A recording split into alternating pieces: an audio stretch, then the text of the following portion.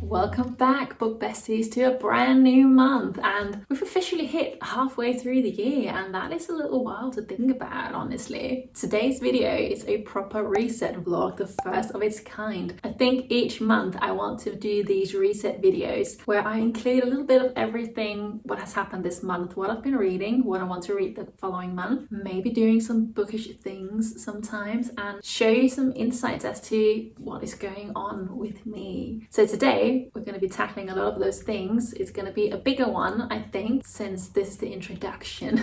And we're halfway through the year. I think that levels out, like we need to start properly, and I am behind on so many things, so I'm really looking forward to this reset vlog. We'll be updating Goodreads. I'm going to be looking into Fable. I'm going to take you with me when I do my ginger shots and a meal prep a little bit as well. Just my breakfast. I'm not crazy, I am a mum. So grab a cup of hot beverage of your liking, light a candle, and let's make this a vibe. And if you're new here, I'm Liz. I read a little bit of everything, mostly fantasy. I've got a thing with contemporary romance.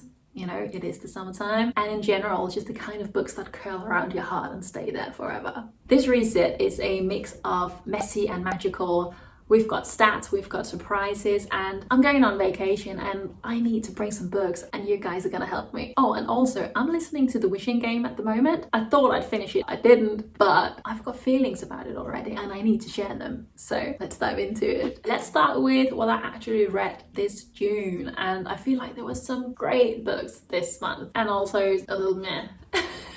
Where shall we start? Where shall we start? I know there are so many mixed feelings about this series, but I love it. I really do love it. I'm so into dragons and magical school and spicy romance. I'm such a sucker for the Empyrean series, and I read the third book in the series, Onyx by Rebecca Yarros, and I had this feeling that this was going to be the last book in the series. So I went into it with a mindset that did not fit what is actually happening, because she is writing at least one more, maybe two more books in this series, and I didn't know that. And I think that mindset, ruined is a strong word, but I do feel like I would have had a different experience if I had known that from the beginning. It reminds me of the time where I read the Cat and Mouse duology, but I began with the second book instead of the first book, and I was so confused.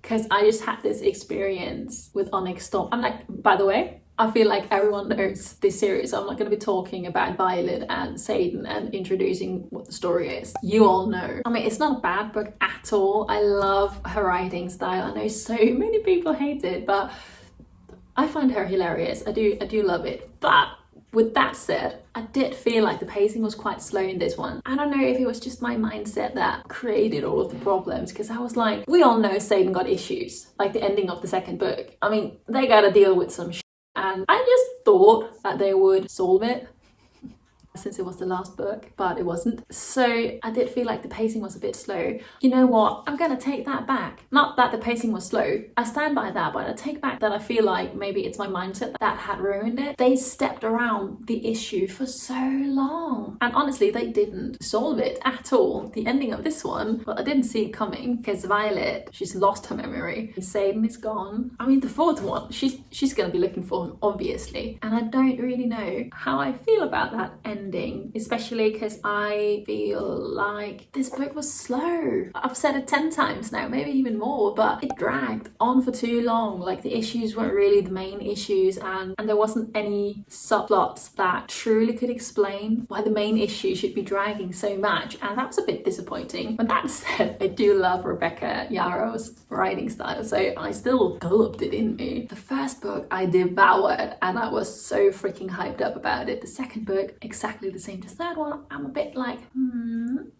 I feel like it's just a segue for the fourth book, and I hate it when authors do that, or probably more publishers actually, try and milk as much as they can from the stories. I feel like it could have been done differently. I also feel like if you read the first two books, that you're still gonna be just fine with this book. I still recommend it, but I do view it more like a segue book, which is a bit of a shame, I feel like. I rated it 4 stars, apparently. I'm gonna take that back. I'm gonna give it 3 stars. The average rating is 4.2. And I don't really agree with that. I'm gonna put it down to 3 stars. But I'm still excited to read the 4th book, which will come out when? So much waiting time. Also, because I feel like my dying question that I was hoping would be answered in the third book wasn't answered. So hopefully, you know, it's going to be answered in the fourth book. If you're going to make me wait for the fifth book, I'm going to be furious. I'm going to be so furious. I can't. Anyways, the next book I read in June was The Song of Achilles by Madeline Miller. I feel like this was a very beautiful story about the fall of Achilles, as we expected. The main focus is on his chosen companion Patroclus, which warriors and noblemen chose for themselves during this time. It was quite common to have like a companion and that their relationship would be quite close, maybe even lovers. I'm not really sure if that was, you know, a thing between the companion and compagnie.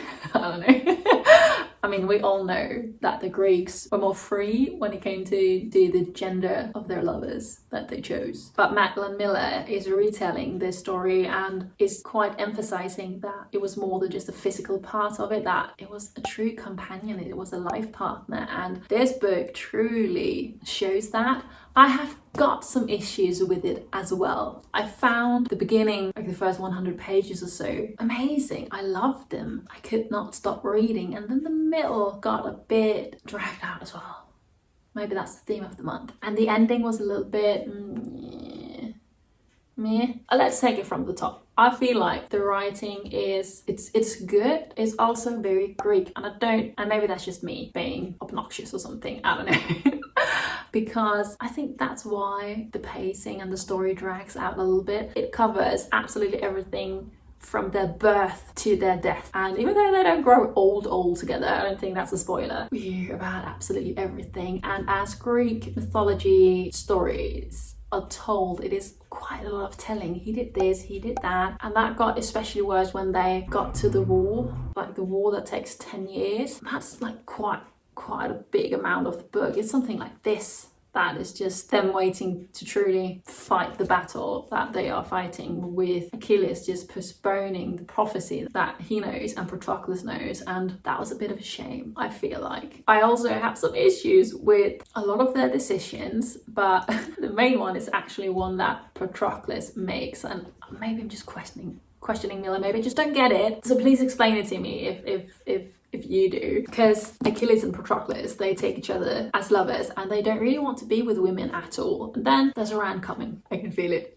Achilles' mother doesn't think that Patroclus is worthy of her son Achilles as a lover, as a companion or whatever, and she does so many things to try and drive them apart. And Achilles and Patroclus are separated at some point in this book because she's trying to protect Achilles. He's supposed to go to war. The prophecy says that he will die in that war, so they're trying to postpone that. She doesn't care about Patroclus, so he's left behind. And Patroclus obviously finds Achilles, but then we learn that Achilles has been with a woman who's now pregnant as well and stuff like that. That is what that is. I don't mind at all if you're into both genders or not, but I do care that his reasoning to be with this young woman is so that his mother will tell Patroclus where Achilles is. That just seems far-fetched to me. I don't get it.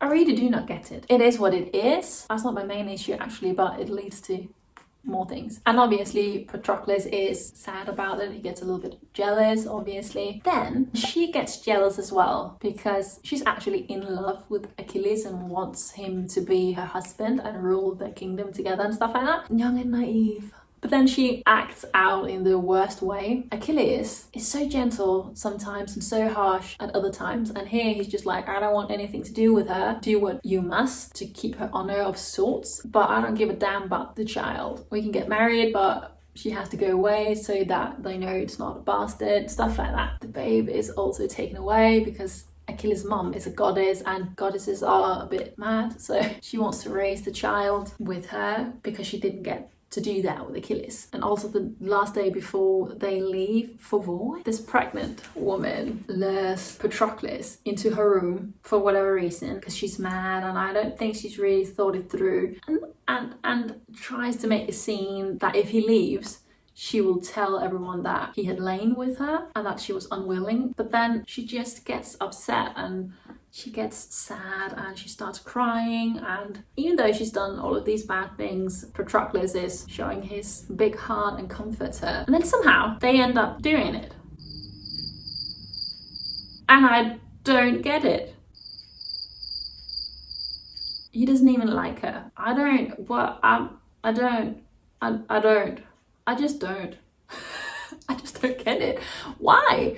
And I feel like that was a bit out of character for him. I feel like Achilles had more of a reason to be with a woman. I don't get it. Please explain it to me. I'm not trying at all to be discriminating in any way. I don't mean like that if you're into men you can only be with men, or vice versa. You can definitely say like maybe you thought you were only into men or women and then change your mind. That's not what I'm trying to say. I just don't understand these two characters' reasons, especially Patroclus' reason to do so, and I want to understand it. So if you know, please let me know in the comment section. This was a bit of a ramble, and even though the beginning was so good, I wouldn't say the entire book just declined for me, but I gave it 2.5 stars, and that might be a bit harsh, but because I've only just finished it yesterday, and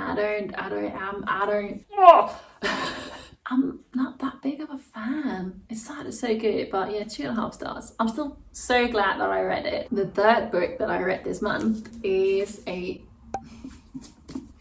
Study in Drowning by Reid, and this book I absolutely loved. This was so good. I love every part of it. It's gothic, it's eerie, it's got fae in it. You are a little bit in doubt about whether the main character is just insane or if, you know, there are actually fae in this world. And I love it. I absolutely love it. We are following Effie, who is a first-year architect student who somehow wins a contest to restore the manor of her long-loved favorite author. And at the manor she meets her rival, which is on the hunt for the truth about this author. They have to learn to work together, and slowly everything just unravels. There's so much beautiful foreshadowing in this book that I really just loved everything about it. I don't really mind knowing what is going to happen in a book. I'm scarily good at predicting the plot.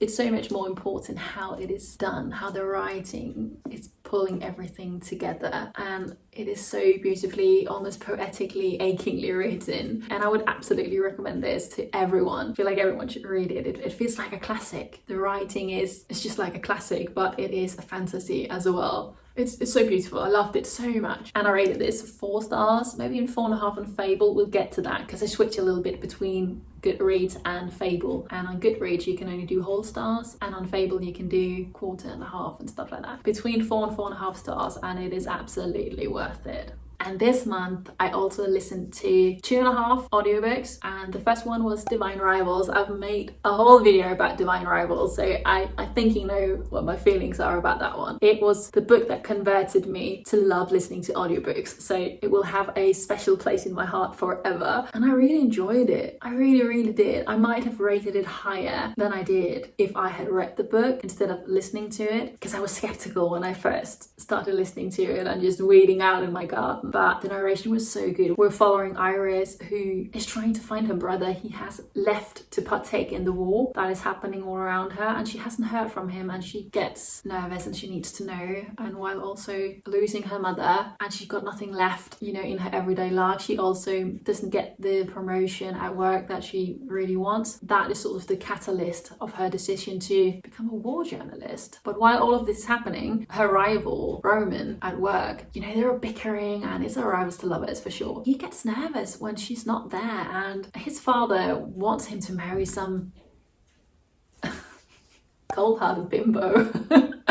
Bimbo is a bit harsh. You know, they're just not vibing. It's an arranged marriage, and he's just done with it. He wants to be with Iris, so he follows her, and it's all about their journey together. And it was so beautiful. I mean, I'm gonna stop myself because I can feel like I'm gonna go deep into this book. I'm not gonna go there. Go watch my other video where it's a deep dive into the story. I just really loved it. What can I say? The second audiobook that I listened to was None Love by Ali Hazelwood, and in this one we are following Rue, who is a neurodivergent scientist who is very introverted, has difficulty speaking with people, just very focused on her work, and definitely has commitment issues.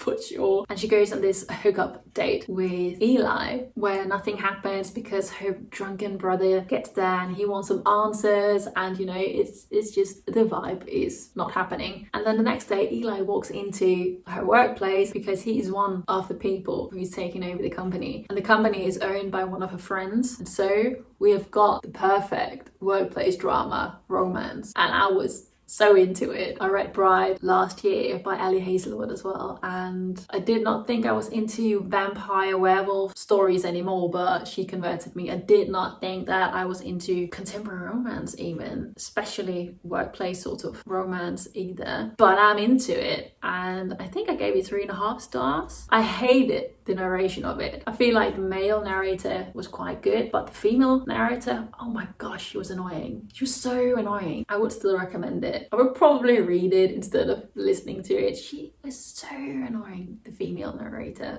And the last audiobook I'm listening to, which I did not get to finish in June because we all fell ill unfortunately, is The Wishing Game by, why have I forgotten that author? By Meg Schaffer.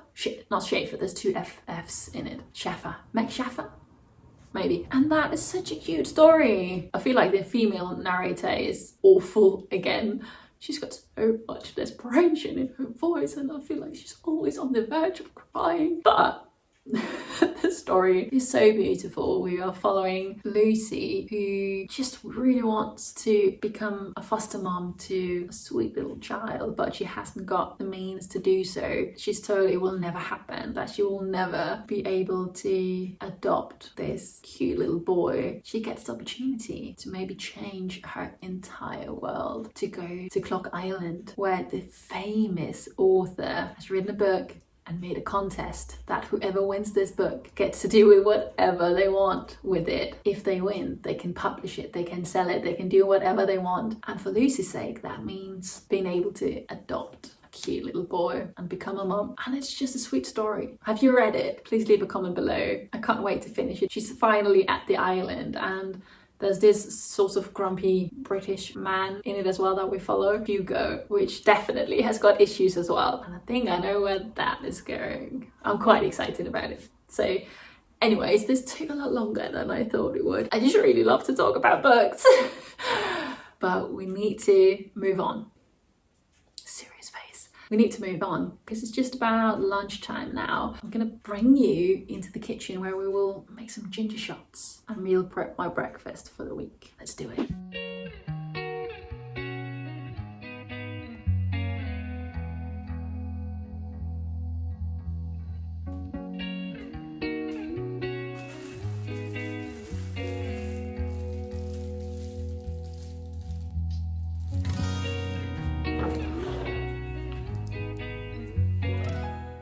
I am trying. One of my goals this year is to become healthier, to live more healthily, to move more, to remember to take my vitamins, take proper care of my mind, body and soul. One of the things that I'm doing is meal prepping my breakfast, because it is so difficult for me to eat a healthy breakfast when I wake up in the morning all dehydrated and really hungry, and then if I have to make it from scratch, I won't do it. I will be eating the bun with the chocolate on it.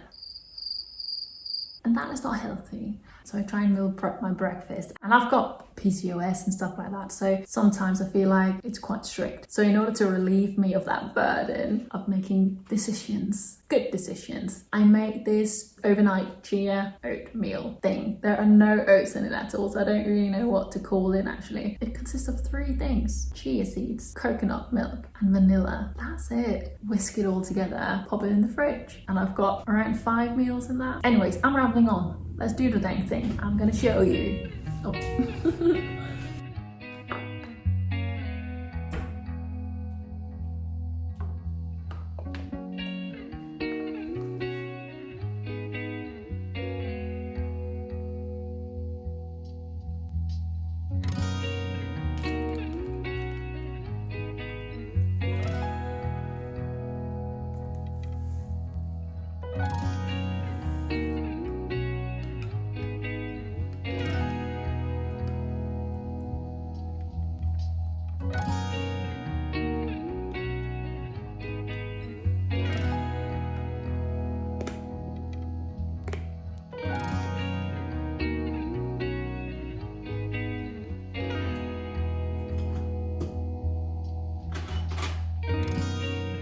And that is all it takes, literally. It will go nice and thick for tomorrow, and I just pop on a lot of apples or well, whatever fruit I've got, some berries. I always put a mix of different seeds on it, whether it be pumpkin seeds or flax seeds or whatever I want to do that morning. And if I'm feeling quite luxurious, I also drizzle a bit of chocolate on top of it, dark chocolate obviously, and it's so freaking delicious during the summer months and just sustains me, and I feel good. I'm not bloated. I absolutely love it. I was supposed to be making the ginger shots with you as well, but the gingers had gone bad. So I'm just gonna pop over at the grocery store to buy some fresh ginger for this project, and then I will come back.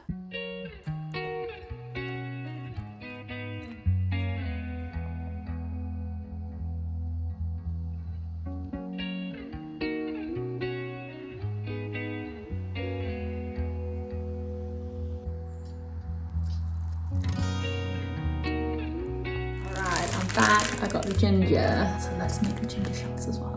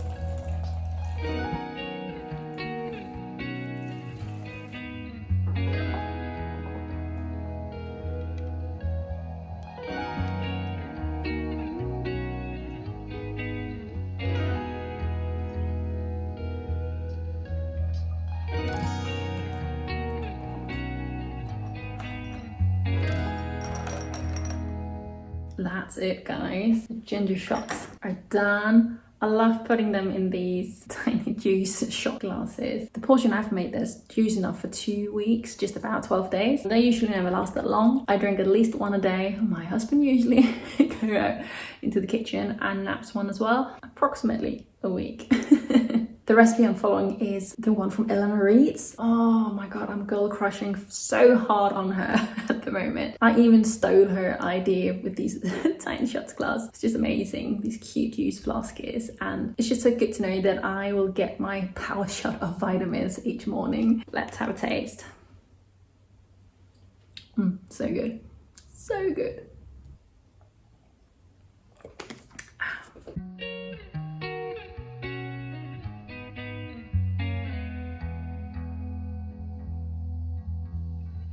Okay, it is the next day. The weather yesterday was too good to just not drop everything in my hands and go out and enjoy it. So here we are. And now it's time to talk about Goodreads. As of today, I have read 5 books out of my yearly goal of reading 25 books. It's not a lot at all. Definitely not with you compared to other booktubers who are reading like 100 books per year or more, which is mind-blowing to me. I will say that I'm quite behind on my goal, which is fine. I want reading to be something that I enjoy. I don't want it to be a chore or anything. We are only halfway through the year. Everything will be just fine. Last year I read 24 books, I think. But I'm such a mood reader, so sometimes I go a while without reading and then I find a book and then I'm smashing it out in one day, and I'm like, okay, if I do that every day, it's gonna be 300 and something books, you know? But looking over the books that I've been reading for this year, I know I'm completely on brand with myself, my little hook at the beginning of every video. I say I read mostly fantasy. I've got a thing with contemporary romance at the moment, or blah blah blah blah blah blah blah blah. It's completely on point because I have been reading mostly fantasy and one contemporary romance book, and I'm happy with that. I don't really have any goals as to genres I want to read because I know myself, I'm too big of a mood reader to go for like, I want to read more contemporary romance or classics or whatever. I want to be reading what I want to be reading at this current time. That is exactly what I'm doing. I really like fantasy, so I'm just gonna continue down that vibe. I'm quite pleased with that. Every month I want to update my Goodreads because I don't do it. I don't go updating Goodreads, so I'm just gonna do that for a second. And meanwhile, why don't you tell me what your reading goals are for this year? Do you want to be reading more books than you did last year, fewer books, or be more present with the books that you are reading this year? Let me know in the comments below. I'm dying to know. Also, I have been dabbling with Fable. I don't really know how I feel about it because I am such a desktop girly that Fable just isn't truly working for me at the moment because I can only update it via the app on my phone, and I try not to use my phone too much, because all of the doom scrolling just happens. I am so much more happy with the aesthetics of Fable than Goodreads, but I don't know. I'll keep testing it out because I'm loving all of the, all the emojis when Fable says like, well, how did this book make you feel? And then you can go swipe. I really love that feature. And I love that you can, do quarter and half stars as well, because sometimes there's such a big jump from 3 stars to 4 stars of a book, and even more from 4 stars to 5 stars. I've yet to find my 5-star book of the year. I mean, which is fair because I've only read 5. So I feel a bit ridiculous for saying I've read 5 books for this year because being a BookTuber, I feel like I should be reading a lot more. And I know, the first half of the year has just been not book reading friendly, let me just say it. So ever since I picked up reading again, I've been in a good flow with it. But I don't know, I feel a bit ridiculous for saying I've read 5 books for the first 6 months of 2025. I'm here trying to own it and, just be real and authentic, and we're not all the booktubers that read 100 plus books a year. Even though I do want to, I love the stories, but I'm a mum. And this is not my full-time job, not yet anyway. The next thing I want to do with you guys during this mid-year reset that I really need to be doing, I want to update my goals for 2025. Maybe I should have started with that actually, but I didn't. When I set the goals, I can't really remember the goals that I set, but I want to update them because I want to try and be more aligned with how I'm feeling now. Instead of just being stuck to the goals, life changes. Let's see if the goals need changing as well. And I've got a few things when it comes to my goals. I have got goals for my career, I've got goals for personal development, and I've got financial goals as well. So those are like 3 main themes for my goal setting. Some may find it weird to separate career and finances, but I want to have extra focus on my finances at the moment, so that is why it is spread out like that. Okay, so the first part of my goals, I'm just using the Notes app. There's nothing fancy about it at all. The first part is 2025 goals. I always have a vibe for the year that I want to try and live accordingly, because last year and last few years actually has been quite filled with health issues and a lot of waiting. I remember setting the goals for 2025 with the feeling of me wanting this year to be the year for coming back, where health and authentic living and freedom are at the essence of this year. And it's quite personal to share these things. I feel like, I don't really feel like I'm saying anything specific, but it feels quite vulnerable anyways. My health needs to get in check, and we're closing in on it. I've been dealing with depression and some long, hardcore consequences from a concussion I had a few years back that has finally caught up with me. So health is quite at the essence, also because I haven't been moving much and stuff like that. I also want to be living an authentic life. And what the hell does that mean? That means that I don't want to live less. I don't want to only live the amount that my mental state allows me, or my physical state for that matter allows me. I don't want to settle for it. And that is not to say that I don't respect my body and my limitations and stuff like that, but I do want to push it a bit because I am ready, and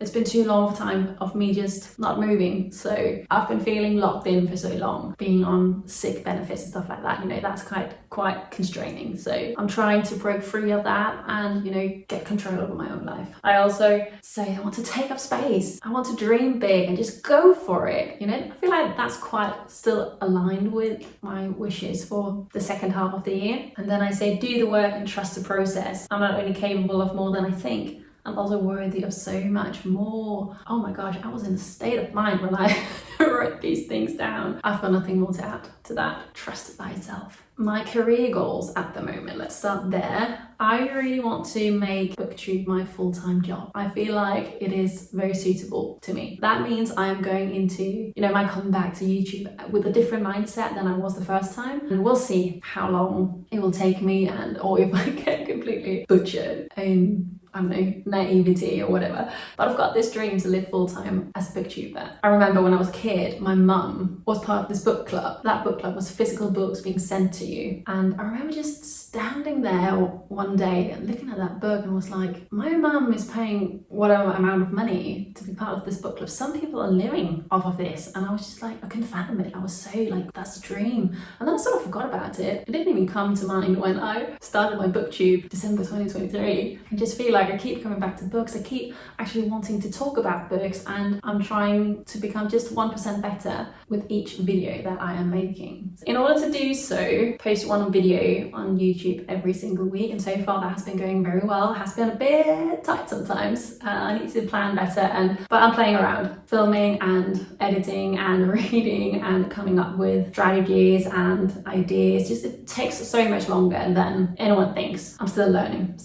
And the second goal is to become monetized on YouTube. That's going to be the first step in order to become full-time YouTuber. And I'm very much still aligned with those goals. So I don't think I want to change any of those goals. Maybe actually I want to add to that goal, read 25 books in 2025. I feel like, because it's already there, so let's just put that there. So my first financial goal for this year is to pay off Rasmus for eye training.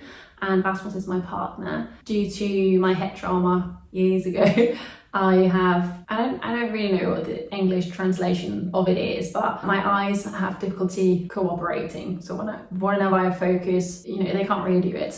But it's not part of the health benefit system in Denmark. So I have to pay that myself, and having been on sick benefits for so long, it's quite difficult to find the money for it. So my partner Rasmus is helping me out with that. But obviously I want to pay him off. It's never nice to be indebted to friends and family, and definitely not your partner either. Even though I appreciate it so much. He's the one that is making everything possible. He's the one making it possible for me to actually be able to sit here and look at my phone and my screen and focus, just because I've been doing my eye training, and that wouldn't be possible without him. So I know you're watching, thank you. The second goal is to invest 500 Danish kroners per month. I have been investing for years. That is not realistic at all at the moment. So maybe I'll try and see if I can shift some things around, but we'll see about that one. And the last financial goal is buy less quick food. Yes. I can't.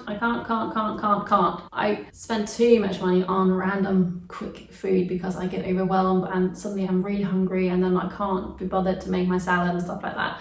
So I need to buy less quick food. The next section is my personal goals, and these are quite active actually. I hadn't thought about that as my personal goals, but I feel like movement is a big part of my yearning at the moment, or this year entirely. The first goal is to do 2 CrossFit classes per week, and I have been doing that more or less. I mean, we are family, and kid gets ill, husband gets ill, I get ill, stuff like that. I feel like I've been doing okay. I love how extreme CrossFit is. It really makes me feel my body. The second goal is to do 1 dance or yoga class per week, and I've been doing quite alright with that as well. And I want to keep those on the list because they just fulfill me so much. There's something about moving my body in CrossFit that makes me feel strong and energized. I'm very sweaty and out of shape as well, but that's CrossFit. But dance lessons, I absolutely love. I do West Coast swing dance lessons. I'm absolutely loving it. I feel like it's so much fun. I enjoy expressing myself through my body. Well, it's also an amazing workout, and I meet some amazing people that brings a smile on my face. Obviously, I'm going to continue doing that. It's summertime now, so it's difficult at the moment. We're beginning again in August, and then I've added something to the list. And that is to take a swim in the ocean every day, all year round. And that sounds like crazy. I have been doing winter dips in the ocean before, but that was a big thing where I was part of the community as well, and there's a sauna and stuff like that. And that just became too big of a thing that I had to do, especially because I want to do it every day. It makes me feel so good, so freaking good. I know I'm weird, but it just makes me feel really, really good. And I've had to take a long break from it, and I didn't want to start on my own. It's not really recommended if you haven't done it for a long while, you know, because of safety issues and stuff like that. But I didn't really know anyone. But we went to, my partner and I, we went to our yearly Easter lunch with our amazing friends, which is always without kids, and we get to just party, have fun, and remember life before kids. And it's such a good party. And then the next day we were all hungover, and the host said, let's go for a swim, let's go to war against this hungover and take a freaking cold dip in the ocean. And so we did. It was amazing. I was so energized afterwards, and it just felt so good that I continued doing it. I haven't been doing it every single day, so that may be, you know, a goal that's unrealistic to set, but it's a good reminder to take a dip in the ocean as often as possible. The funny thing is, it's summer now and the water's like 18 degrees now. It's supposed to be quite nice temperature to be swimming in the ocean. If I want the cold, I'm excited for winter. Am I really saying that in July? I'm sorry.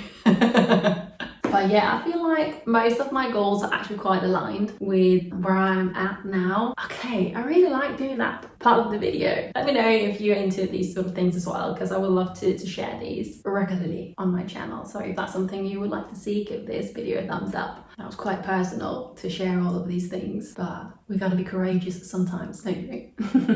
So the next part of this mid-year reset is something that I really enjoy doing. It's more goal setting, but it's also more of a reflection of how this last month has been, and also setting intentions for the next month. And it's also quite fun to go through. So the first thing I want to do is go through my June goals and a look ahead and do a bit of reflection with that. I've completely stolen Alex Eldridge, I think her name is, template. I loved it. I want to do my own at some point, but someday, you know, one thing at a time. Now I just want to be using all of these. My monthly goals for the month of June was to upload one video per week to YouTube, and I've definitely done that. Perfect. Learn, always remember us this way on the piano. I have not, dang it, but I did learn a different piece. It is my mood that drives me. I might have to try and lean into more discipline, but I learned Evening Bell by Evgeny Gringo. I'm 100% sure that I was not pronouncing that name as it is supposed to be pronounced. The piece of music is piano, modern classical piano music, and it's just, I love it. It's so beautiful. My third goal was to read 2 physical books, and I did that. I read 3. Oh my gosh, 3 physical books and 2 audiobooks. Oh my gosh, this is so much fun. I love that. Monthly reflection. My greatest success, definitely uploading 1 video per week to YouTube. I did it, and I'm proud of myself for doing so.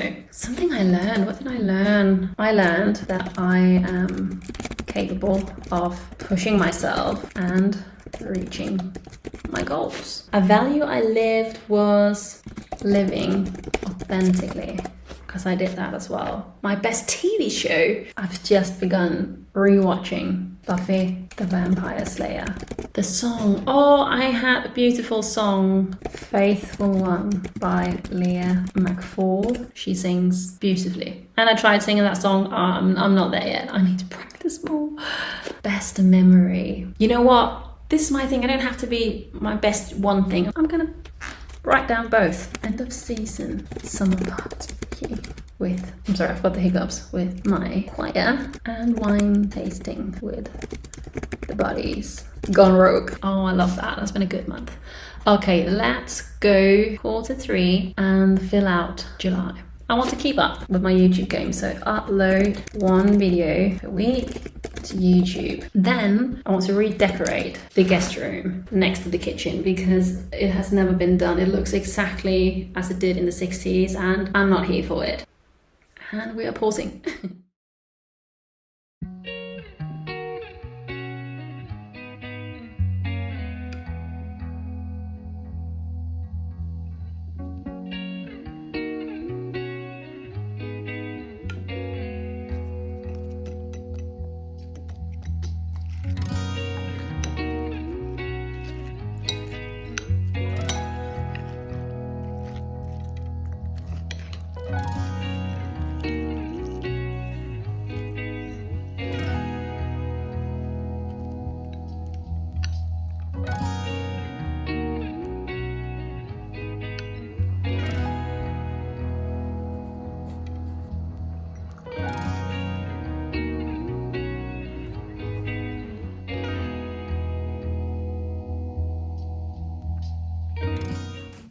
it's the next day again, guys. I got interrupted yesterday by my partner and my daughter arriving home again, and family comes first, you know.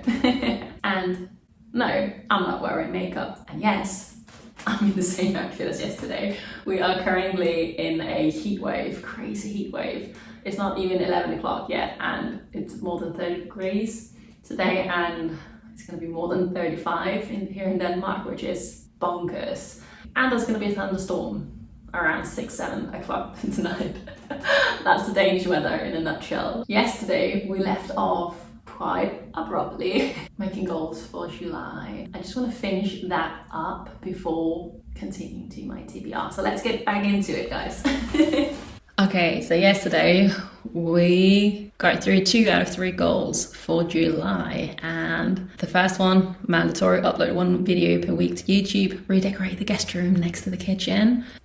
I think since it is vacation time that I just want to eat lots of ice cream and be outside in the good weather and just be present. You know, I think that's the one.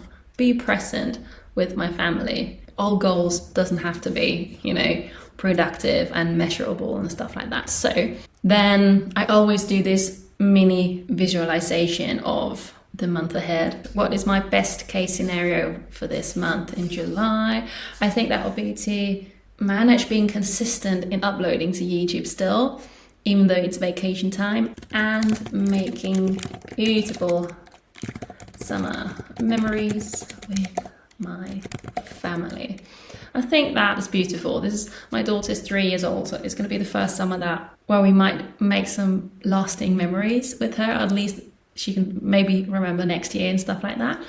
So it's quite special, I feel like. What am I looking forward to this month? And reading lots of books and spending time with my partner's family, because we've got that planned out for 1 week to spend a lot of time together, which is going to be so much fun. It always is. And being fully present.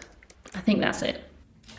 So another thing that I'm doing every month is actually tracking how my YouTube journey is going. And I know that is so nerdy, but as I mentioned, I would love to make BookTube my full-time job. And to me, I know that I need to be tracking. I can't just be uploading whatever I want, whenever I want, and just hope for the best. I'm going all in, you know, whilst trying to take care of myself and making it sustainable. But I do track my journey. So let's dive into it. This is my overview, and again, I've completely stolen this template from Alex Eldridge. I've just applied it to my own, and I feel like it's so amazing. I've put everything, all of my views and watch time, subscribers, and how many uploads I've done each month since I started doing BookTube, and I started that in December 2023. And I had such a great beginning. I had such momentum, like 160 watch time hours in my 3rd month. I mean, that's sometimes I regret not just continuing, but I also know I wasn't able to. I'm rambling. Let's just look at it. So May, I had 1,208 views, 45.1 watch hours, and in total of 362 subscribers. And I did 2 uploads. I began in the halfway mark of May. And I feel like that's pretty good. I've continued to grow even though I've been gone for more than a year. So let's see how my stats are after having, because I know that we can put that in. I've had 4 uploads this month. So a full month of uploads. And I don't think that the algorithm has been too kind to me. It's definitely like checking me out, making sure, girl, are you back for good this time or what? So in June, I had 1,493 views. I feel like that's pretty good compared to that it was my first month back, and it is the summertime, so I feel like all YouTubers' views are not that massive during the summertime because everyone's outside and there's a heat wave going on everywhere, I feel like. And the algorithm is definitely still skeptical about me, so I'm actually quite pleased with this. 55.3, and I'm very pleased with that as well. It's going up, so that's perfect. Subscribers, in total is 376. And that I'm proud of because I'm just still growing. And even though I've been growing each month, I am growing more with having uploaded. And hopefully when summer is over, you know, I can feel that momentum going again. I'm so glad to be back. I hope you guys can feel it. So much fun for me to be filming, to be editing, to being creative in more ways than just a singular path. Let me know what you feel about all of this goal setting and getting a view into, you know, behind the scenes of my YouTube journey. I would love to hear what you think. Is it completely boring or is it quite interesting actually? Okay, let's talk about my little July TBR. Even though calling it a TBR might be stretching it a little bit, because as we all know, I'm such a mood reader and things will change. Here are the books that I am hoping to pick up. First up is Apprentice to the Villain by Hannah Mira. I don't even know if I'm excited or nervous to read this book. As you can see, I've already begun. I'm like 5-6 chapters in or something like that. I don't know how I feel about it yet. I feel like I'm so skeptical, but it's definitely a fun little read. I remember some of the quirks I hated from the last one that is already here. Anyways, I'm getting ahead of myself. So this I'll be reading this month, and I thought I would just get it out of the way, because if it is as horrible as the first one, at least I've got quite a few books that will save me. Then we've got Lights Out by Nevessa Allen, and this one I picked up after Ellen Reid's recommended it, and I think it's got vampires in it and a lot of grief and emotional layers in it. I've been seeing people describing this book as dark and character driven and a slow burn, and you know, that's basically my love language. So I'll bring this one with me. I'll be bringing this one with me while my family and I are spending time with my in-laws during the summer, which is perfect. It just feels like the perfect book to curl up with in the evenings, and you know, slightly intense but in a good way. I'm also finally picking up As Long as the Lemon Trees Grow by Zule Katu. I'm probably butchering that name, I'm sorry. I've heard that this is devastating in the most beautiful way, and it is set in Syria, where we are following a young woman who is caught between surviving the war and following her dreams. It's definitely going to be a heavier emotionally read, and I think that's why I've been putting it off. You've got to be in the mood for it, but I think I'm ready for it now. And I just know that especially this book is going to be quite the topic in the evenings while spending time with my in-laws. We all read lots of books, so it's always fun to be talking about the books. They don't get lights out, you know, fantasy and romantasy especially, but these sorts of fiction books with some heavier topics, that's what my in-laws get.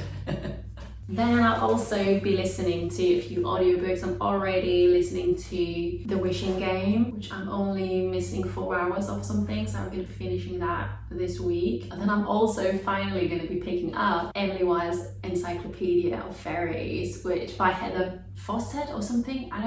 Is that the way you pronounce it? Because all I can see is a Fawcett. I don't know. Fawcett also sounds wrong. Anyways, I'll be listening to that one. I think it's going to be especially good after having read As Long as the Lemon Trees Grow, you know, to try and make the slate clean again. I think it's going to be perfect for that. And honestly, I don't really know that much about it. I've heard that there is a cranky academic main character, and obviously a lot of fae lore. I mean, from the title itself, that's given. I'm predicting some sort of grumpy sunshine trope. It just sounds, you know, delightfully whimsical and low stakes, which is exactly the kind of energy that I'll be needing as well this summer. And then I just feel like I need one more book, because I tend to read 5 to 6 books per month, and I don't even know if that is realistic during this summertime, because sometimes I read a lot more, but I also gotta entertain my 3-year-old now, so but I just feel like I need one more book, but I haven't decided on what yet. I've been browsing my bookshelves, and I'm such a mood reader, so I'm just looking at the books and being like, no, I don't feel like that pull to any of the books, even though it's so stupid. Even though I've bought the books and had the pull before, it's not there. So I will probably browse around the library to see if I can find another book. You know, just see what jumps out at me, and probably come home with 5 more books or something. So that is the slack for now. Let me know if you've read any of these books, and if there is a book that you just feel like I must read this July. And that brings us to the end of this mid-year reset. If you've made it this far, I'm proud of you. and thank you. I know this one was a bit of a longer video and also a bit different from what I usually do, but I just really wanted to take the time and reflect and set the tone for the second half of the year. If you enjoyed this, feel free to give it a like. It really helps my channel get seen, and if you haven't already, I would love if you subscribe to the channel as well, so you can stick around for the rest of the reading year. I would love to share that journey with you. With that said, stay messy, stay magical, and keep on reading. Bye.